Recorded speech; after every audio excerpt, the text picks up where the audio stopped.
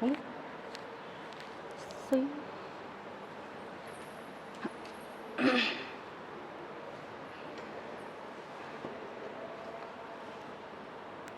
हम बेटा, हमारा पेपर है समावेशी विद्यालय का सृजन। उसमें क्या है, हम विशिष्ट शिक्षा की विशेषताएं पढ़ रहे थे, विशिष्ट शिक्षा की प्रकृति और विशेषताओं के बारे में अध्ययन कर रहे थे। तो कुछ विशेषताएं रह गई हैं, उनको हम आगे कंटिन्यू करते हैं। ठीक है, तो आप लिखिए।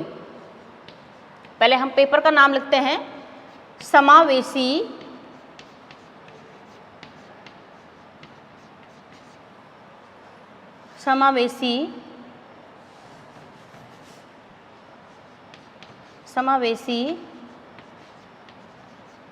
विद्यालय का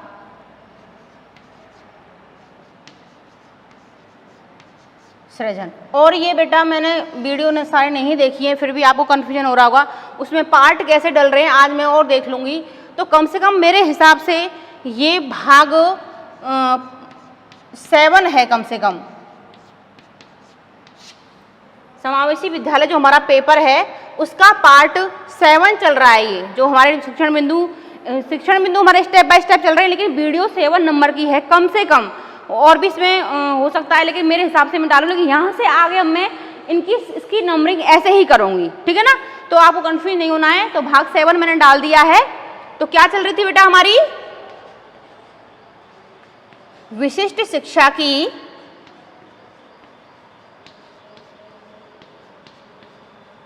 की विशेषताएं। ठीक है, तो इसमें डालिए 9 विशेषताएं हो गई थी, आप 10 नंबर की विशेषता लिखिए। ठीक है बेटा,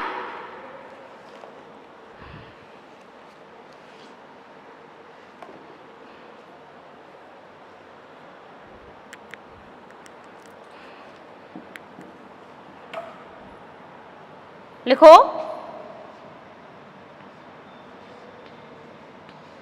विशिष्ट शिक्षा विशिष्ट बालकों के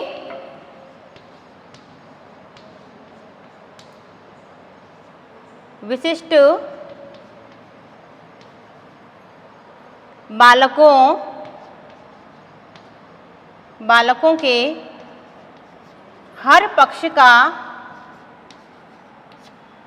का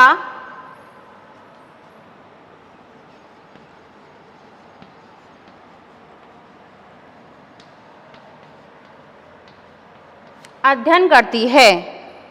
ठीक है,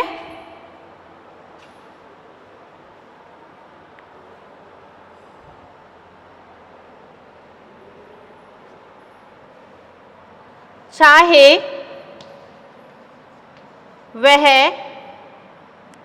वह बालक शारीरिक, मानसिक,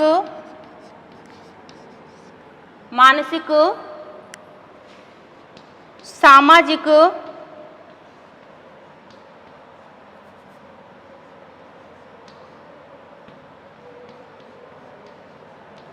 संवेगात्मक,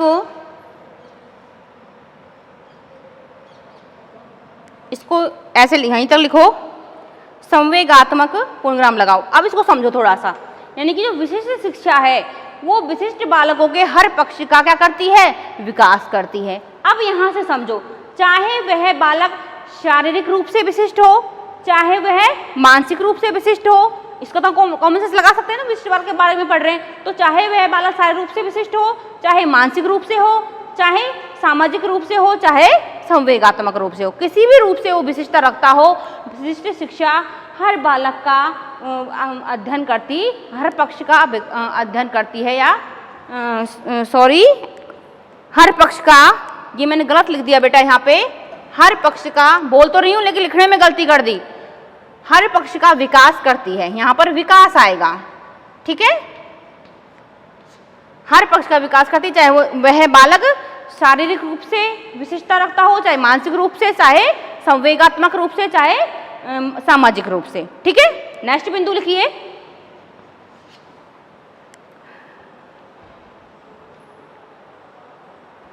विशिष्ट शिक्षा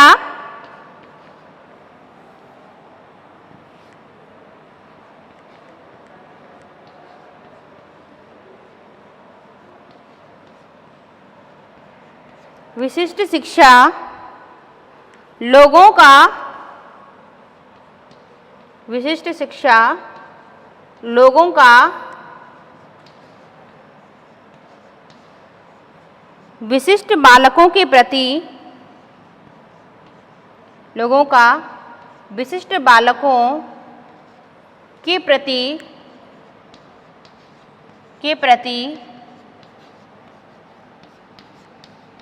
दृष्टिकोण में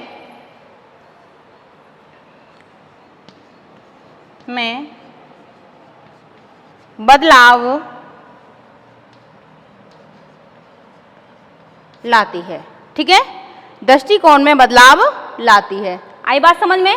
यानी कि जो विशिष्ट शिक्षा है वो लोगों का विशिष्ट बालकों के प्रति जो दृष्टिकोण है, उनके देखने का जो नजरिया है, उसमें बदलाव लाती है। अब आप खुद अपने माइंड को घुमाना, दौड़ाना इसको कि जो विशिष्ट शिक्षा है, अगर विशिष्ट शिक्षा ना हो, यदि विशिष्ट बालकों की तरफ ध्यान ना दिया जाए, गवर्नमेंट कोई एक्ट ना बनाए, कोई रूल ना बनाए, तो क्या इनको तो जो समाज क्या कर देगा, हाँसी पे कर देगा, कोई इनको तो बिल्कुल ध्यान ही नहीं दिया जाएगा। ठीक है ना, तो इनको एक हीन भावना से देखेगा। जब उनको लगेगा कि गवर्नमेंट इनको इतने अच्छे प्रकार से सम्मान दे रही है, इनके लिए हर फैसिलिटी उपलब्ध करवा रही है, तो कहीं न कहीं समाज के लोगों का भी नजरिया बदलता है, उनका दृष्टिकोण भी बदलता है कि कहीं न कहीं ये बच्चे भी अपना अस्तित्व रखते हैं बेटा। ठीक है ना, तो ये बात उनको समझ में आती है। नेक्स्ट बिंदु लिखिए,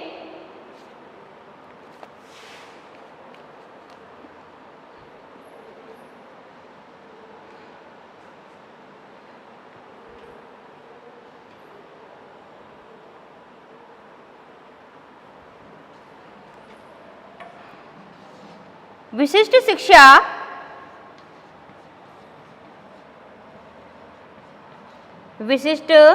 शिक्षा योजनाबद्ध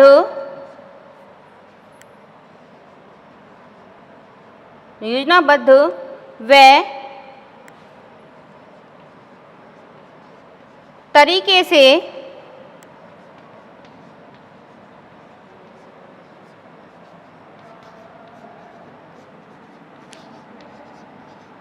ठीक है, ऐसे ही नहीं कि विशिष्ट शिक्षा बना दो, ऐसी शिक्षा प्रदान कर दो। विशिष्ट शिक्षा के अंतर्गत एक योजनाबद्ध और बहुत तरीके से शिक्षा प्रदान की जाती है। तो बेटा ये हो गई हमारी जो विशिष्ट शिक्षा है उसकी विशेषताएं। ठीक है,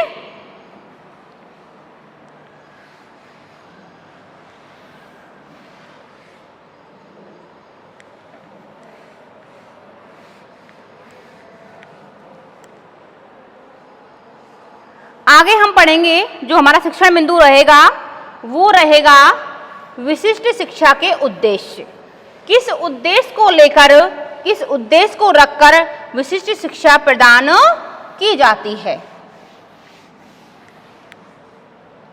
इनको भी हम बिंदुओं के माध्यम से स्टेप बाय स्टेप जानेंगे। ठीक है बेटा, तो यहाँ पे हेडिंग लगाइए आप, विशिष्ट शिक्षा के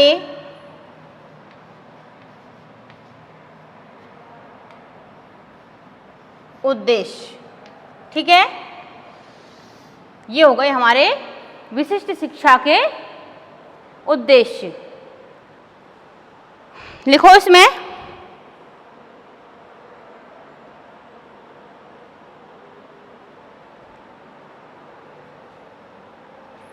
वन बाय वन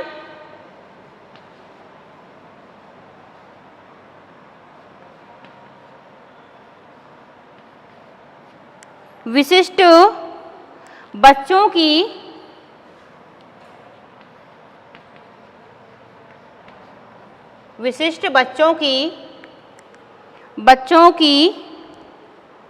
विशेष आवश्यकता की, विशिष्ट बच्चों की विशेष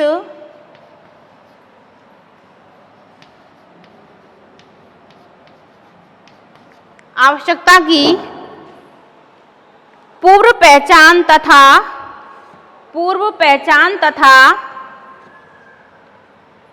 ताकि पूर्व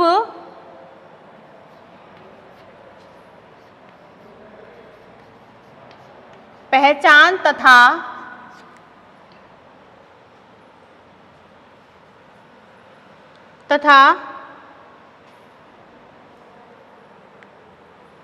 पहचान तथा यहां लिख देती हूं मैं इसको निर्धारण करना, पूर्व पहचान करना तथा निर्धारण करना। ठीक है, नेक्स्ट जो हमारा बिंदु है, अभी मैं समझाऊंगी बेटा इनको सबको, ठीक है, एक बार हम नोट कर देते हैं इनको। तो नेक्स्ट जो हमारा बिंदु रहेगा वो रहेगा विशिष्ट बच्चों को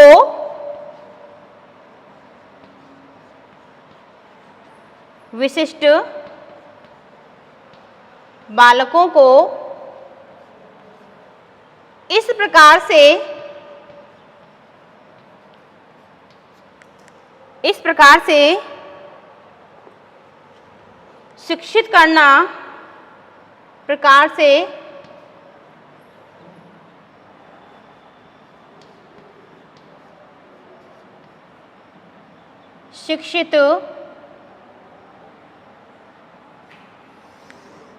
शिक्षित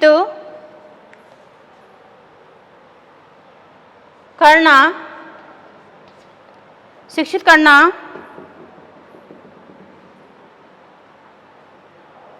ताकि वे अपने आप को समाज में करना, ताकि वे अपने आप को समाज में समायोजित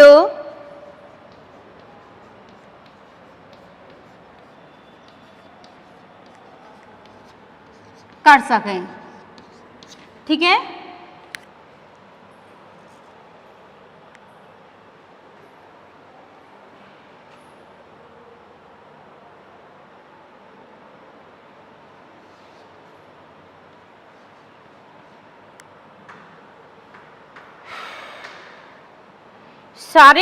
शारीरिक रूप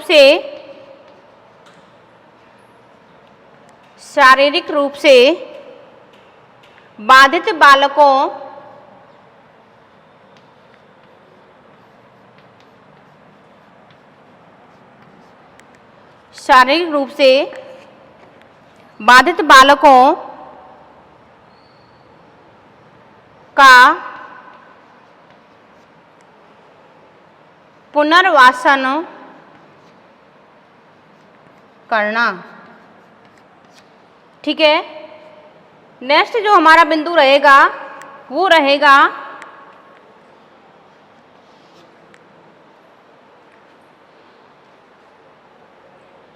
इस शिक्षा का उद्देश्य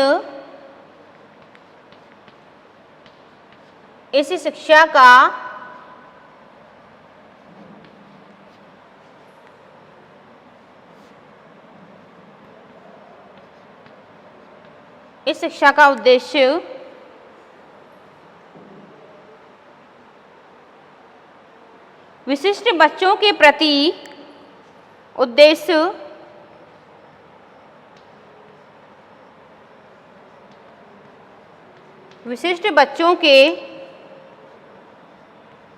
प्रति माता पिता व समाज के लोगों की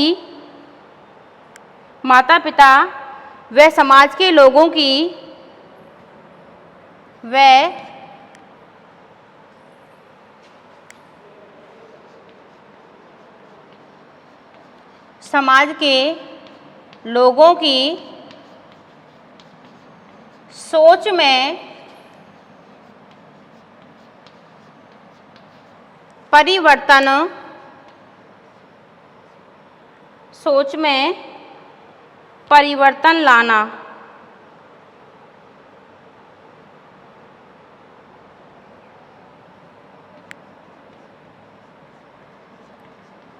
ठीक है बेटा, ये हुए हैं इसके 4 बिंदु, इनको समझेंगे हम। उसके बाद आगे भी हैं, उनको हम इनको समझने के बाद पहले हम इनको समझेंगे कि विशिष्ट जो शिक्षा है उसका उद्देश्य क्या है। आगे इसके बिंदु हैं, उनको इनके बाद हम कंटिन्यू करेंगे।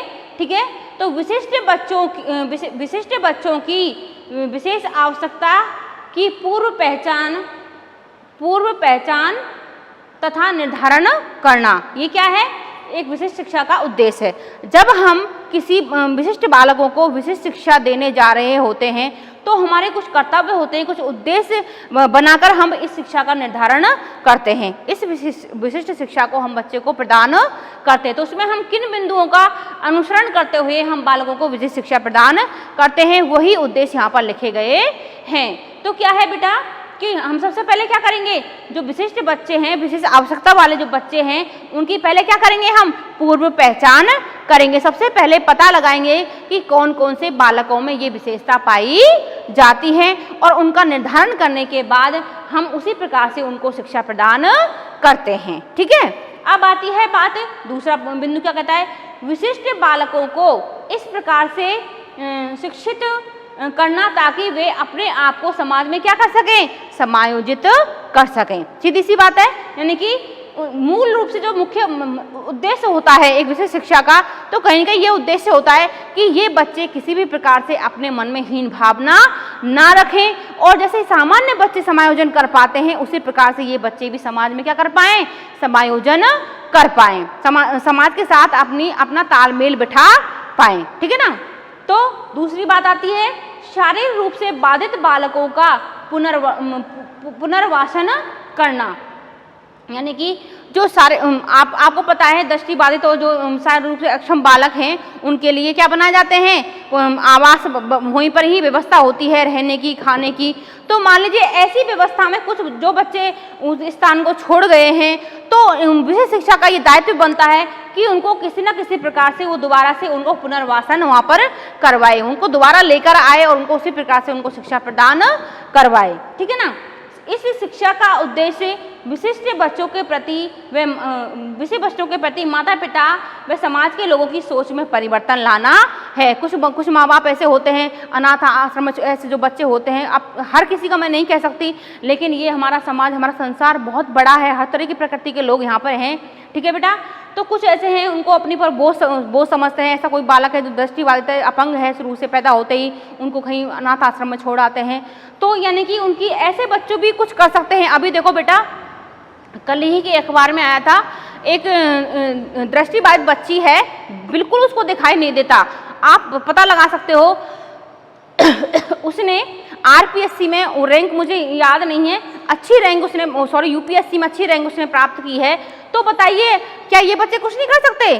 सिर्फ एक दृढ़ निश्चय होना चाहिए और एक उनको आधार प्रदान करने वाला कोई होना चाहिए, उनकी हेल्प करने वाला, उनको सहायता देने वाला, उनको एक आधार प्रदान करने वाला कोई व्यक्ति होना चाहिए जिससे वो अपनी मंजिल को पा सकें। तो कहने का मतलब ये है, अगर ऐसे बच्चे हों तो माता पिता को उनके प्रति क्या रखनी चाहिए, सहानुभूति रखनी चाहिए, उन्हें भी एक आधार प्रदान करके मंजिल तक पहुँचाना चाहिए। वो भी बच्चे कुछ करके बता सकते हैं। और ऐसे ही कितने ही केस हम पढ़ते हैं, दृष्टि बाधित है, पैरों से अपंग है, बिल्कुल चल नहीं सकते, सुन नहीं सकते, उसके बाद भी उन्होंने बहुत उपलब्धियां हासिल की हैं। ठीक है ना।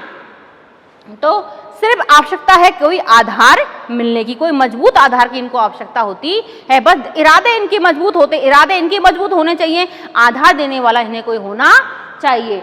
तो समाज के लोगों की सोच में परिवर्तन लाना, माता पिता की और समाज की सोच में क्या लाना है, परिवर्तन लाना है। जब आप विशेष शिक्षा बच्चों को प्रदान करोगे, वो कुछ बन जाएंगे, तो कहीं न कहीं जो समाज की सोच में क्या आएगा, परिवर्तन आएगा। अब कल ही एग्जाम जो पेपर में एग्जाम्पल आया, तो कितने ही लोगों के सामने ये न्यूज गई है, तो कहीं न कहीं उनकी सोच बदलेगी कि जो हम जिन बच्चों को हम साइड में कर देते हैं, हाशिए पे कर देते हैं, तो वो बच्चे भी कुछ समाज में उभर कर सामने आते हैं, समाज में हमारा नाम रोशन कर सकते हैं। अब वो दृष्टिबाधित बच्ची है, वो भी किसी की बच्ची है, तो उसने दृष्टिबाधित होते हुए भी अपने माँ बाप का नाम क्या किया है, रोशन किया है। लेकिन उसको ऐसा आधार प्रदान करने वाली कौन थी, एक विशिष्ट शिक्षा थी, एक विशिष्ट एजुकेशन के तहत उसको ट्रेंड किया गया, पढ़ाया गया, एक इरादे उसके मजबूत थे जिसने अपनी मंजिल को प्राप्त किया है। ठीक है बेटा। तो इस तरह की बातें न्यूज़ आती रहती, तो आप न्यूज़ से बहुत कुछ ग्रहण कर सकते हो। अखबार में बहुत कुछ अच्छी बातें आती हैं जिनसे आप हमारी शिक्षा से जुड़ी हुई होती हैं, बहुत सारे एग्जाम्पल हमको वहाँ से मिल जाते हैं, ठीक है ना। अब बात आती, ठीक है बेटा, तो ये हमारे 4 बिंदु हो गए विशिष्ट शिक्षा के उद्देश्य से संबंधित। यहाँ से आगे जो भी बिंदु होंगे उनको हम नेक्स्ट क्लास में कंटिन्यू करेंगे, अगली क्लास में इनको पढ़ेंगे हम, ठीक है। तो यहाँ तक के इनको हम, अब एक बात और मैं आपको बताती हूँ, उसको आप ध्यान से सुनिए। प्रत्येक क्लास को आपको कंटिन्यू देखना है, और सबसे बड़ी बात यह है कि आप दिन पे दिन देख रहे हो कि जो महामारी है उसके केस बढ़ते हुए जा रहे हैं। तो सबसे जो इम्पोर्टेंट बात है कि अपने घर में रहें, बहुत ही जब आवश्यकता हो तब घर से बाहर निकलें, वरना अपनी स्टडी पर ध्यान दें। आपको टाइम टू टाइम क्लासें मिल रही हैं, अपने कोर्स को कंप्लीट कीजिए। पहले आप विद्यालय में आके करते थे, अब अपने तन्मयता से अपने घर पर ही अपने जो अध्ययन, अपना जो कोर्स है उसको कंप्लीट करें, ठीक है बेटा। अब विडंबना यह है कि थोड़ी सी मैं आपको कटु लग जाएगी मेरी बात, लेकिन मैं थोड़ा कहना चाहती हूँ आपसे कि हम पहले जिन बच्चों को मोबाइलों से दूर हटाते थे, लेकिन एक समय की विडंबना ऐसी है कि हमको बच्चों को क्या देने पड़ रहे हैं, मोबाइल फ़ोन खुद हमको बच्चों को देने पड़ रहे हैं कि बच्चा बेटा पढ़ ले, ठीक है ना।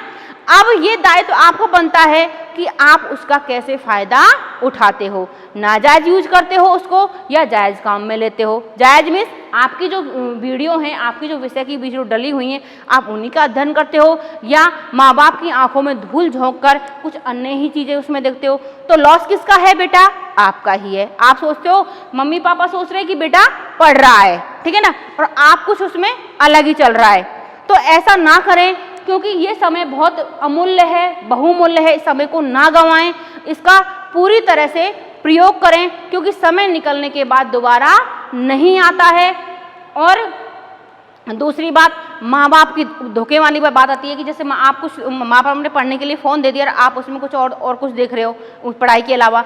तो कहने का यह है कि आप उनको धोखा कुछ समय के लिए दे रहे हो, ठीक है ना। उनकी आंखों में आपने कुछ समय के लिए धूल झोंक दी, लेकिन आप अपने लिए पूरे जीवन भर के लिए धोखा दे रहे हो, ठीक है ना। यानी कि अपना जो समय है, आप लॉन्ग टाइम के लिए अपने आप को धोखा दे रहे हो। आपने कुछ समय के लिए उनको धोखा दे दिया, लेकिन आप अपने लिए कितना लॉस कर रहे हो, भविष्य को आप कितना बिगाड़ रहे हो, लॉन्ग समय के लिए आप कितना गलत कर रहे हो, ये आपको अभी भास ही नहीं है। तो मेरी आपसे, मैं बार बार आपसे कहती हूँ कि मेरे आपसे यही रिक्वेस्ट है कि आप पढ़ाई के लिए ही फ़ोन को ओपन करें। मानते हैं कुछ आप थोड़ा बहुत घंटे, आधे घंटे के लिए आप मनोरंजन के लिए कुछ देखो, लेकिन नाजायज़ फ़ायदा ना उठाएं। अपनी वीडियो का ही अध्ययन करें, अपने कोर्स का ही अध्ययन करें, और उतना ही लिमिटेड देखें। क्योंकि ज़्यादा आप मान लीजिए आपने और कुछ चीज़ें उसमें देखने लग गए, और मम्मी पापा से अभी तो मेरी और भी इसमें वीडियो हैं, लेकिन कुछ और देख रहे हो, आप फ़ोन को भी ज़्यादा नहीं देख सकते हो। एक लिमिटेड समय तक ही आप फ़ोन को देख सकते हो। जब आपने समय अन्य चीज़ों में निकाल दिया फ़ोन देखते हुए, तो आप पढ़ोगे कब, बताओ मुझे, नहीं पढ़ पाओगे बेटा, ठीक है ना। तो एक स्क्रीन के सामने आप लिमिटेड समय तक रह सकते हो, और अधिक समय रहोगे तो वो आपको नुकसान देगी, ठीक है ना। तो आप जो अपनी पढ़ाई का समय है, पढ़ाई की जो घंटे हैं, उनको निर्धारित करके उतना ही फ़ोन को देखें, अन्यथा ज़्यादा फ़ोन आप फालतू की विषयों के लिए अपने फ़ोन को ना चलाएं, जिससे आपको समस्या नहीं आएगी, ठीक है बेटा। तो इस तरह से अब मेरे जो मन में बात थी मैंने बता दी। आप कितना अमल करते हो ये आपके ऊपर है, ठीक है ना।